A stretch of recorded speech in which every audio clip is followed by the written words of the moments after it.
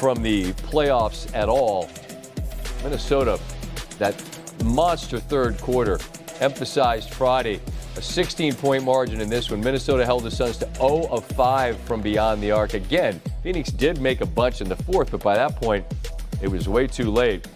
In total, they've owned the third quarter by 34 points. Tim Legler is here. And, Tim, as we were watching that fourth quarter, you said that there is a glaring difference between these two teams, and it's a long list. It's glaring in what ways to you? So many different ways. And tonight, I thought, was their best game of the series, which is interesting because Phoenix had one shot to make this a series, and Minnesota hits them with everything they have on both ends. So how many different ways? First, the balance in scoring was what was impressive tonight, because this is something we don't talk about with the Mavericks. We talk about their defense all the time. Look at the number of guys that are making shots on this team. So their offense was humming at a really high level, and they're getting it from different places. Phoenix, they don't have that. They've got three guys that are pretty much going to have great nights for them to have a chance to win. That wasn't the case with Minnesota. They've got one superstar offensive player who's capable of doing all kinds of things athletically. And then they've got a bunch of dudes that are more than capable of staying in the lane, filling their role. Something else they had that stood out to me was their defense on their top three players. Like the number of guys they could put on. You heard Anthony Edwards give a shout out to Nikhil, Alexander Walker, Jaden McDaniels. There's a reason for that. He's talking about their defense on Booker, Durant, Beal throughout this series. And then, by the way, once they pressure up Scott, what do? They funnel them to all that size. Rudy Gobert back there, Karl Anthony Towns back there, Naz Reid's back there. You can't have a roster full of more complete defensive players than the Minnesota Timberwolves have put together. Their rebounding advantage at the end of possessions, they almost doubled them up on the boards at one point in the fourth quarter on the night. That's demoralizing when you got one shot every time down the floor, and you can't keep them off the offensive glass. You add all that up, and this is just an absolute mismatch. This is probably the worst team Phoenix could have played because of the defensive prowess of this team and the way that Phoenix wants to have space to operate with their three elite offensive players. Minnesota was having none of it. It's interesting, like Curry's already gone. LeBron's down 0-3. KD's down 0-3. I'd say it's like changing of the guard to some degree, but then Denver's over there like, we're still here. I mean, it's not, and I alluded to it with Ant, like, we're looking at Denver, Minnesota. That will be nasty.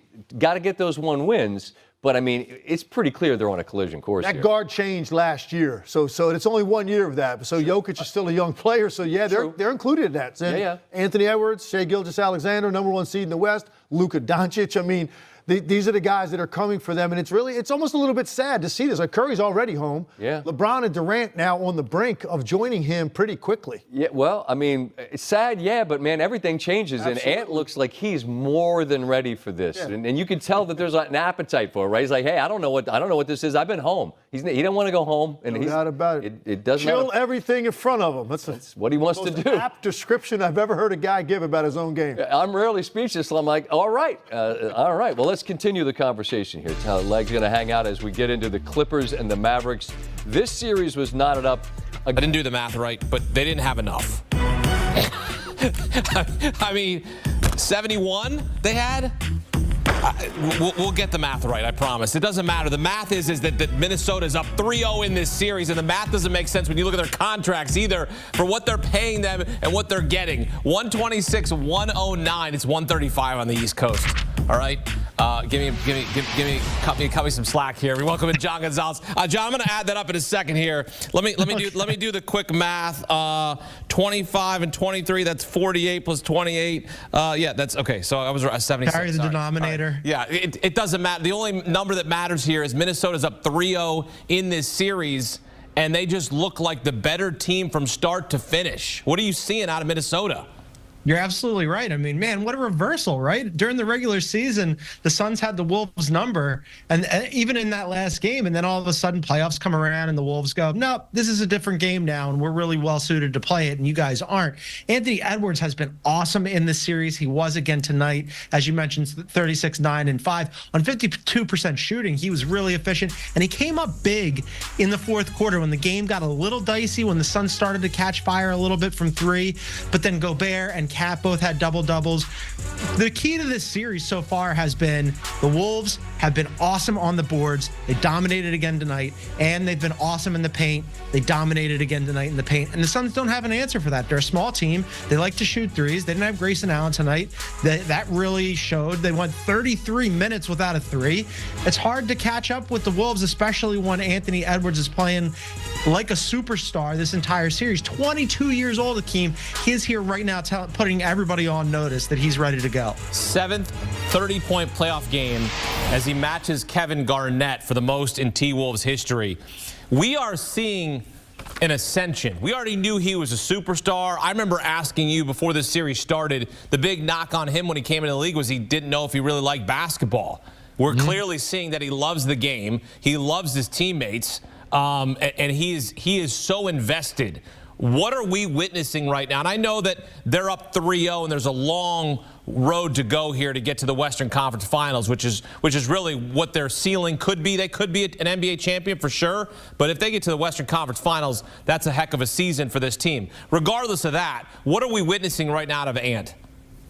We're seeing the rise of a superstar, absolutely, in real time. He's 22 years old, way ahead of the curve. I've always liked him. I always thought he could be a good player. I always thought he could be one of the best in the league. He is right now one of the best players in the NBA. He made Team USA for a reason. I think what we really saw, though, and you know, in a weird way, it ended up helping out the Wolves. But when Karl Anthony Towns went down with that knee injury, and everybody went, oh, see, this is where the Wolves are going to fall off, because there were a lot of Wolves doubters this season. I was not among them.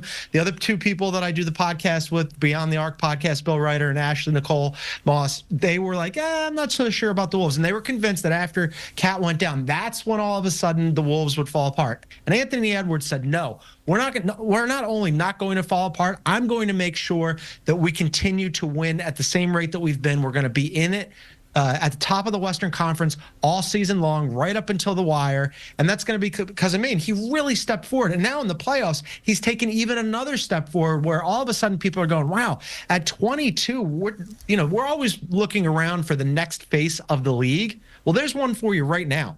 I mean, he has put the Suns on notice. He's about to send the Suns, who have an exorbitant payroll just like the Wolves, but who had huge expectations. They're about to go home on vacation after another game probably, and it's because of Anthony Edwards leading the way.